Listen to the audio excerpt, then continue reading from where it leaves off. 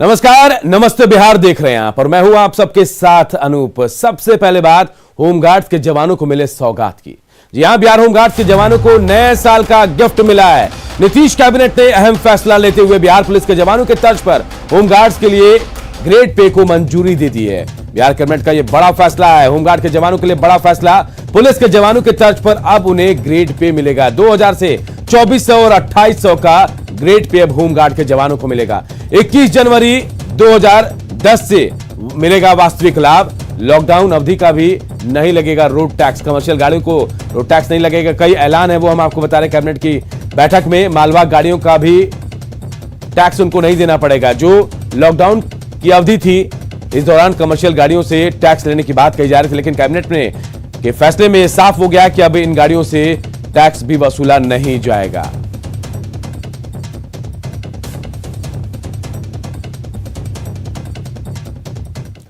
और देखिए, भक्त चरण दास को बिहार कांग्रेस का नया प्रभारी बना दिया गया है। यह फेरबदल शक्ति सिंह गोहिल की गुजारिश पर किया गया है। शक्ति सिंह गोहिल ने ट्वीट कर कांग्रेस आला कमान से हल्की जिम्मेदारी देने और बिहार कांग्रेस के प्रभार से मुक्त करने की अपील की थी। 24 घंटे के भीतर ही कांग्रेस आला कमान ने शक्ति सिंह गोहिल की अपील को मंजूर कर लिया और उनकी जगह भक्त चरण दास को बिहार कांग्रेस का प्रभारी बनाया गया। हालांकि शक्ति सिंह गोहिल दिल्ली कांग्रेस के प्रभारी बने रहेंगे।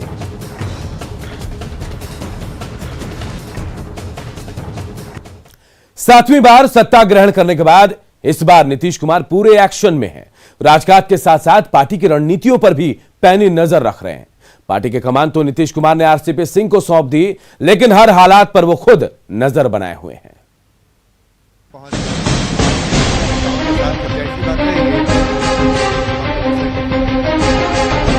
शाम को तकरीबन 6 बज रहे थे। नीतीश कुमार कैबिनेट की बैठक के बाद अचानक जेडीयू दफ्तर पहुंच गए और कुछ नेताओं से मुलाकात की। बिहार चुनाव के नतीजों के बाद ये 8वां मौका था जब नीतीश कुमार पार्टी दफ्तर पहुंचे। सत्ता संभालने के बाद इस बार नीतीश कुमार राजकाज के साथ पार्टी की मजबूती पर भी पूरा फोकस है। इस वक्त हम आपको तस्वीर दिखा रहे हैं जेडीयू दफ्तर में पहुंचकर पार्टी के चुनिंदा नेताओं के साथ बैठक किया और बैठक से निकल रहे हैं और कुछ कार्यकर्ता भी जेडीयू दफ्तर में मौजूद हैं। और जाहिर सी बात है, 10 तारीख को प्रदेश कार्यकारिणी की महत्वपूर्ण बैठक होने वाली है और इस बैठक पे बिहार के सियासत की भी निगाहें टिकी हुई है। जेडीयू के तमाम नेताओं और कार्यकर्ताओं की भी निगाहें टिकी हुई हैं, क्योंकि ऐसा माना जा रहा है कि कोई बहुत बड़ा फैसला प्रदेश कार्यकारिणी में होगा। इस वक्त जो आपको तस्वीर हम दिखा रहे हैं जेडीयू दफ्तर के अंदर की तस्वीर दिखा रहे कर्पूरी सभागार, जहां पे मुख्यमंत्री पहुंचे थे और यहां पे कुछ मिनट रहने के बाद फिर से एक बार वापस लौट रहे।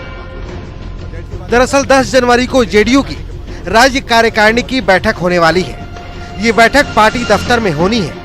माना जा रहा है कि 10 जनवरी को होने वाली बैठक सियासी लिहाज से बेहद खास है। संगठन को लेकर जेडीयू बड़ा फैसला ले सकता है, लिहाजा नीतीश कुमार हर हालात पर पैनी नजर बनाए हुए हैं। न्यूज़ 18 के लिए पटना से आनंद अमृतराज की रिपोर्ट। मुख्यमंत्री नीतीश कुमार एक बार फिर जनता से रूबरू होने वाले हैं। सीएम ने कहा कि एक बार फिर कोरोना खत्म हो तो फिर से जनता की परेशानियों और समस्याओं को सुनेंगे और साथ ही लोगों से फीडबैक भी लेंगे। इस बार जनता दरबार का स्वरूप क्या होगा, ये जल्द सामने आ जाएगा।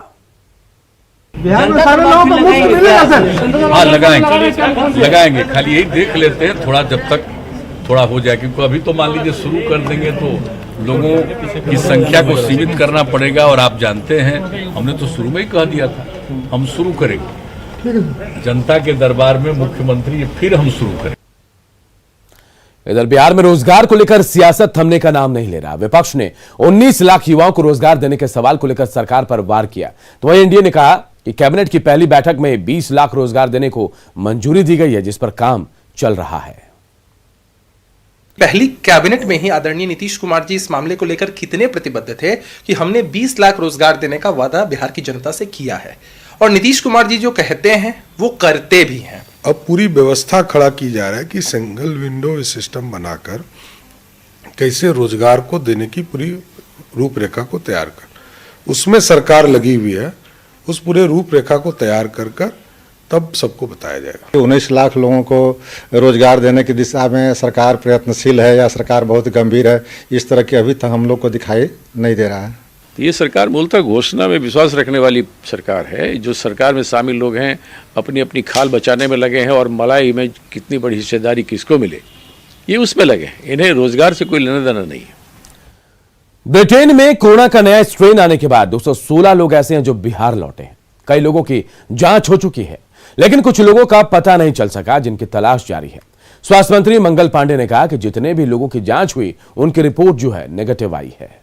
इंग्लैंड में कोरोना का नया स्ट्रेन सामने आने के बाद सवाल ये उठ रहा है कि जो इंग्लैंड से लोग इंडिया आ रहे हैं या बिहार आ रहे हैं उसके लिए क्या कुछ व्यवस्था है। हमारे साथ स्वास्थ्य मंत्री हैं मंगल पांडे जी, हम एक बार बात करते हैं। सर, जो बिहार आ रहे हैं इंग्लैंड से जो लोग यहाँ पर आ रहे हैं, लगभग 200 से अधिक लोग यहाँ पर पहुंचे हैं, तो किस तरह की उन लोगों की व्यवस्था है यहाँ पर? नहीं, देखिए, जो लोग इंग्लैंड से आए हैं उन सारे लोगों की सूची बिहार सरकार को भारत सरकार से प्राप्त हुई है। लगभग 225 के आसपास की वो संख्या है और उन सारे लोगों को खोज के उनका जांच किया जा रहा है। अभी तक बिहार में कोई नया स्ट्रेन ऐसा कुछ मिला नहीं है और हम लोग लगातार सतर्क हैं और हर सावधानी रखे हुए।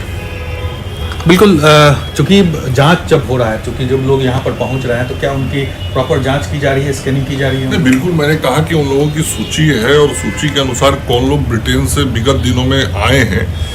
जब से ये बात चर्चा में आई कि वहाँ कोई नया स्ट्रेन आया है और 2-4 केस देश में भी ध्यान में आए हैं कि जो ब्रिटेन से आए हैं, तो हम लोग पूरी उसकी सावधानी रख रहे हैं और एक एक व्यक्ति जिसका नाम पता आया है उन सारे लोगों को खोज के उनकी जांच करके और फिर उनका रिपोर्ट बनाना। और अभी तक बिहार में कोई भी रिपोर्ट पॉजिटिव नहीं है।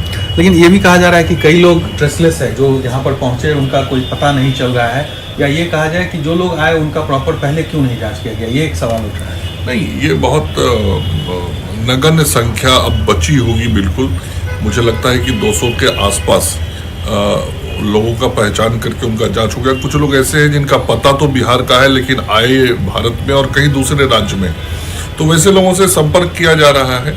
और जांच तो सबका होता है।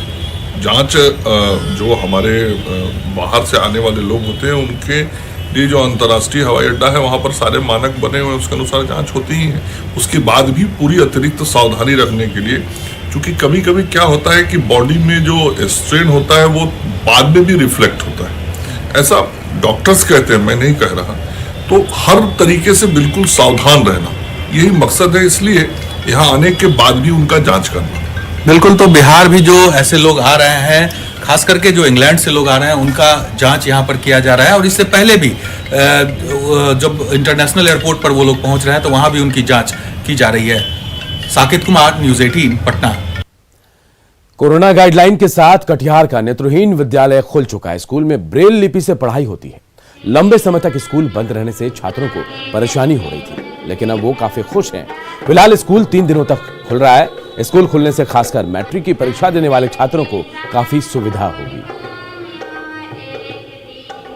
कोरोना के बहुत दिन के बाद जो सरकारी गाइडलाइन जारी किए गए थे, उसके आधार पे हम लोगों ने 9-10 के बच्चों के लिए ये विद्यालय खोला है।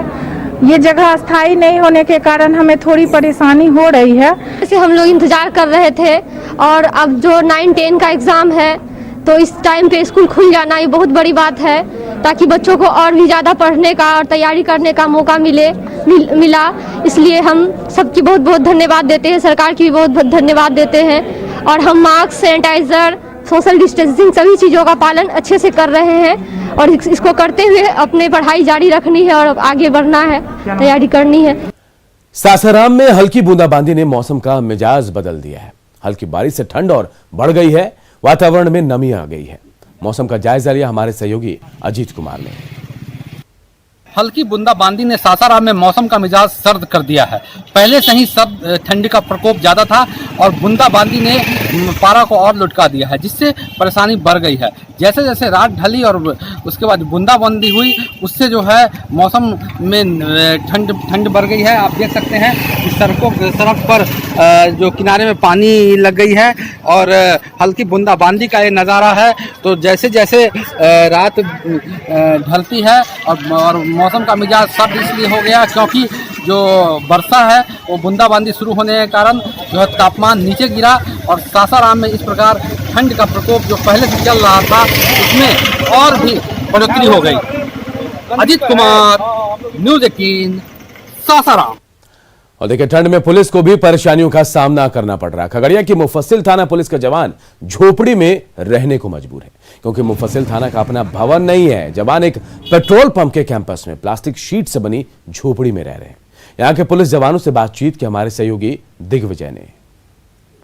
ठंड के कारण जहां आम जनजीवन प्रभावित है, लोग शाम होते ही घर में दुबक जाते हैं, लेकिन हम आपको ये दिखाना चाह रहे हैं जो खगड़िया के जो पुलिस कर्मी है वो किस तरह से रात गुजारते हैं यहाँ पर। ये खगड़िया का मुफस्सिल थाना के पुलिस कर्मी हैं, जो देख सकते हैं कि जो प्लास्टिक का एक सीट है उसके सहारे ये एक झोपड़ी नुमा घर बनाए हुए हैं और इसी में वो रात गुजारते हैं। यहाँ पे जो 24 घंटा जो ड्यूटी होता है वो इस जो यहाँ पर रहते हैं, ड्यूटी करने के बाद यहाँ पहुँचते हैं। ये जो आप देख सकते हैं कि ये स्थिति है मुफस्सिल थाना पुलिस की। चूँकि ये पेट्रोल पंप पे ये जो चलती है थाना, यहाँ पे कोई अपना भवन नहीं होने के कारण इन लोगों को काफ़ी परेशानी होती है। दिन तो ये लोग ड्यूटी करते हैं, रात में जब यहाँ पर पहुँचते हैं तो ये देख सकते हैं कि जो प्लास्टिक का जो सीट का जो एक झोपड़ी बना हुआ है उसमें ये लोग रहते हैं। यहाँ पर ये साफ तौर पे देख सकते हैं जो पुलिसकर्मी है वो ड्यूटी से थके हारे जब यहाँ पहुँचते हैं, चूँकि कोई भवन नहीं होने के कारण मजबूरी में इनको इसी तरह से रात गुजारनी पड़ती है। कुछ पुलिसकर्मी हैं, उनसे हम ये बात करते हैं ये चीज़। अच्छा, आप ये बताइए कि कैसे आप लोग जो है रात गुजारते हैं? इसी तरह बैठ उठ करके अपना समय बिताते हैं और कुछ छोटा मोटा कम्बल उम्बल है उसे ओढ़ करके रहते हैं। समय होता है तो ड्यूटी पर बुलाया जाता है तो हम लोग जाते हैं ड्यूटी करने के लिए, फिर आते हैं तो किसी तरह से अपना यहाँ समय गुजार लेते हैं। क्या चीज़ का पूरा घर? यह प्लास्टिक का झोपड़ी है, जुग्गी बना हुआ है। अच्छा, तो कोई अपना भवन नहीं है इस तरह के? जी नहीं, भवन नहीं है, पेट्रोल पंप का जी परेशानी होती है। जी परेशानी तो बहुत, ये ठंड में अभी देखा जा रहा है कैसे रहते हैं, बाहर खाना बनाते हैं, शीत में मरते हैं, धूप में मरते हैं, अंदर तो कोई जगह नहीं है, बस सिर्फ एक खाट बिछाने का जगह है। ये जो खगड़िया का मुफस्सिल थाना है उसका अपना जब भवन नहीं होने के कारण इन लोगों को काफ़ी परेशानी होती है। जो पुलिसकर्मी है वो तो ड्यूटी करते हैं और जब आराम करने के लिए इस झोपड़ी नुमा जो प्लास्टिक का जो घर है वहाँ पहुँचते हैं, ऐसे में इनकी परेशानी को समझा जा सकता है। दिग्विजय कुमार, न्यूज़ 18 खगड़िया। और अब बात न्यूज़ 18 के खबर के असर की। हमने कुछ दिनों पहले बिहार शरीफ बख्तियारपुर रेलखंड पर दीपनगर के पास पचाने नदी पर बने रेलवे पुल के नीचे बालू के अवैध खनन की खबर दिखाई थी। हमने दिखाया था कि कैसे अवैध खनन की वजह से पुल के पिलर को नुकसान हो रहा है। खबर दिखाए जाने के बाद रेलवे ने इसे संज्ञान में लिया। 2.5 करोड़ की लागत से 18 पिलर की मरम्मत कराई जा रही है। इस निर्माण कार्य का जायजा लिया हमारे सहयोगी अभिषेक कुमार।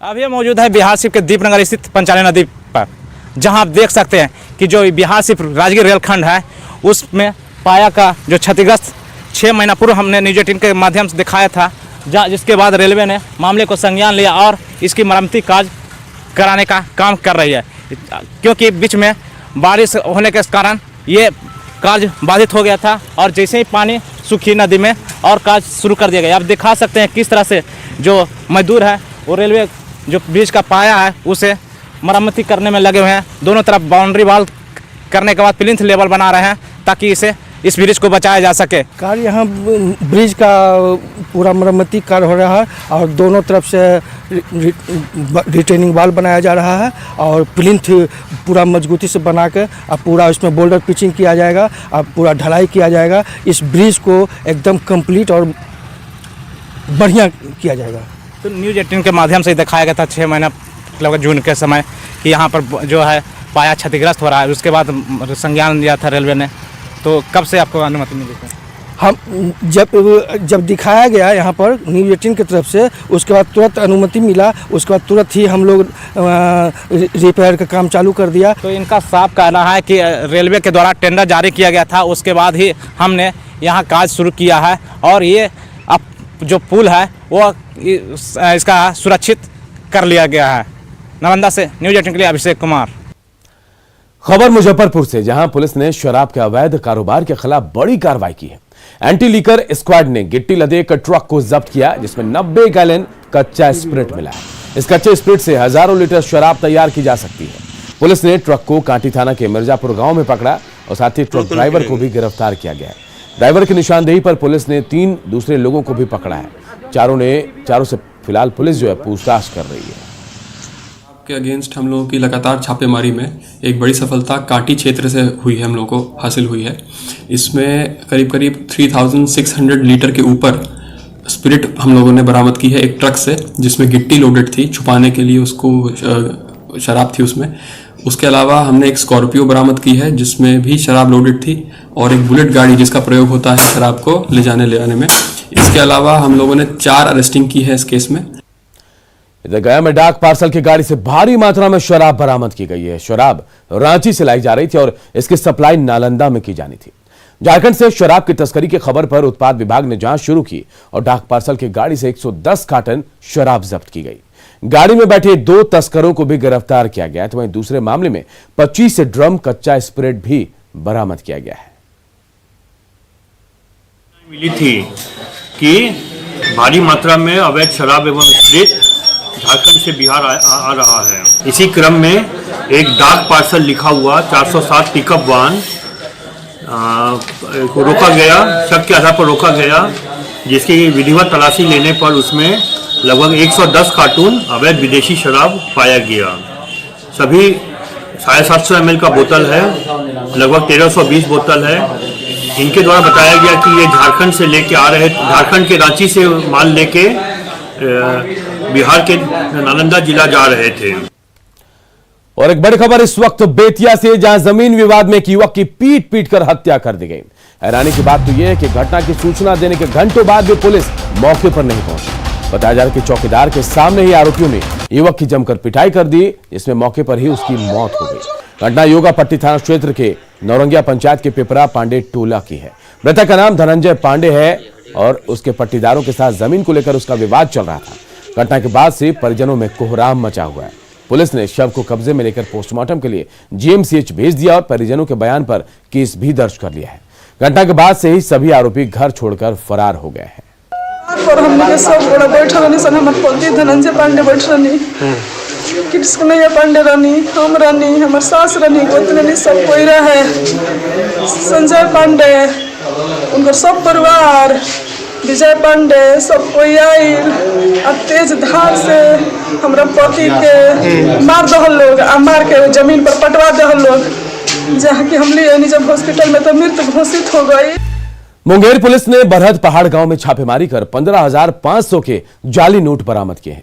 ये नोट 100 और 200 रुपए के हैं। रुपए मोहम्मद परवेज के घर से बरामद हुए। छापेमारी के दौरान परवेज घर में मौजूद नहीं था। एसपी ने बताया कि जाली नोट से सामान की खरीदारी भी हुई थी। जाली नोट होने का शक होने के बाद पुलिस को इसकी खबर दी गई, जिसके बाद पुलिस ने छापेमारी की। इस दौरान 100 रुपए के 149 और 200 के 3 जाली नोट बरामद किए गए। पुलिस ने मोहम्मद परवेज की पत्नी को हिरासत में लिया और उससे पूछताछ की जा रही है।